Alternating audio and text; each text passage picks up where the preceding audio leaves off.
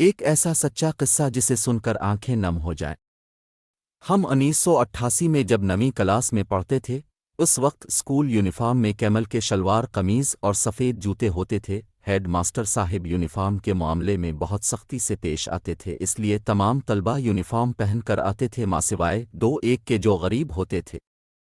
ایک دن صبح کی اسمبلی کے دوران میٹرک کے طالب علم بیکھو مل بغیر یونیفارم کے اسمبلی کی قطار میں کھڑا تھا۔ جیسے ہی ہیڈ ماسٹر کی نظر اس پر پڑی، بہت ہی غصے میں بیکھو مل کو کالر سے پکڑ کر باہر لے کر آئے۔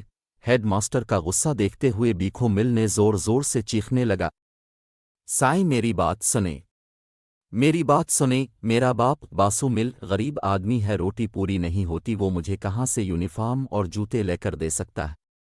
مجھے اب ماری نہیں، میں کل سے اسکول نہیں آؤں گا۔ ہیڈ ماسٹر استاد غلام حیدر کھوکھر نے اسے چھوڑ دیا اور اسٹیج پر چڑھ کر تمام طلباء سے مخاطب ہوتے ہوئے کہا، اسمبلی کے بعد بیکھو مل ایک ایک کلاس میں آئے گا۔ آج آپ کو جو خرچی ملی ہے وہ آپ بیکھو مل کو دے دینا تاکہ وہ یونیفارم خرید کر سکے۔ میرے پاس حسب معمول 8 آنے جیب خرچ ملتا تھا، سوچا آج کے دن سموسہ نہیں کھاؤں گا، وہ میں بیکھو مل کو دے دوں گا۔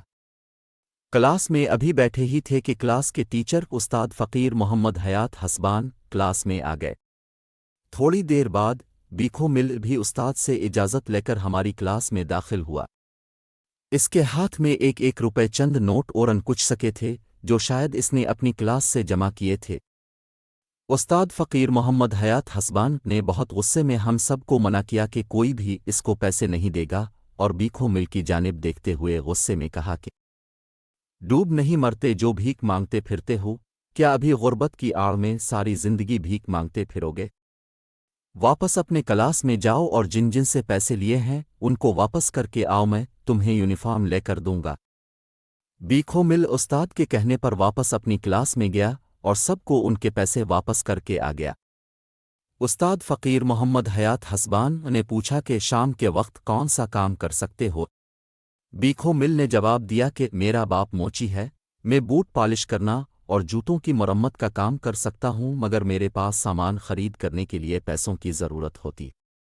استاد نے پوچھا کتنے پیسے لگتے ہیں؟ اس نے کہا ایک لکڑی کی پیٹی اور چند برش پالش سب ملا کر کوئی 150 روپے میں سب سامان آ جائے گا۔ استاد نے اپنی جیب میں ہاتھ ڈالا اور 150 روپے گن کر دیے اور کہا کہ یہ ادھار ہے، تم مجھے روز کے حساب سے ہر ہفتے 7 روپے واپس کرنا۔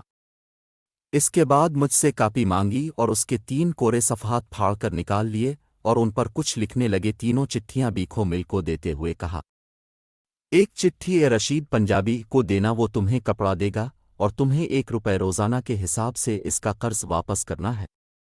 دوسری چٹھی اے خالق دینا منگی کو دینا، وہ تجھے بوٹ دے گا، اسے بھی 1 روپیہ روز کے حساب سے قرضہ واپس کرنا۔ یہ تیسری چٹھی یوسف درزی کو دینا، وہ تمہیں یونیفارم سی کر دے گا، اسے بھی 1 روپے روزانہ دینے ہیں۔ یوں 4 روپے قرضہ اتارنے کے لیے تمہیں ہر صورت میں اتنا کمانا ہے تاکہ تم قرضہ چکا سکو، اور اسے کے بعد تمہیں اپنی محنت کے ذریعے آگے بڑھنا ہے۔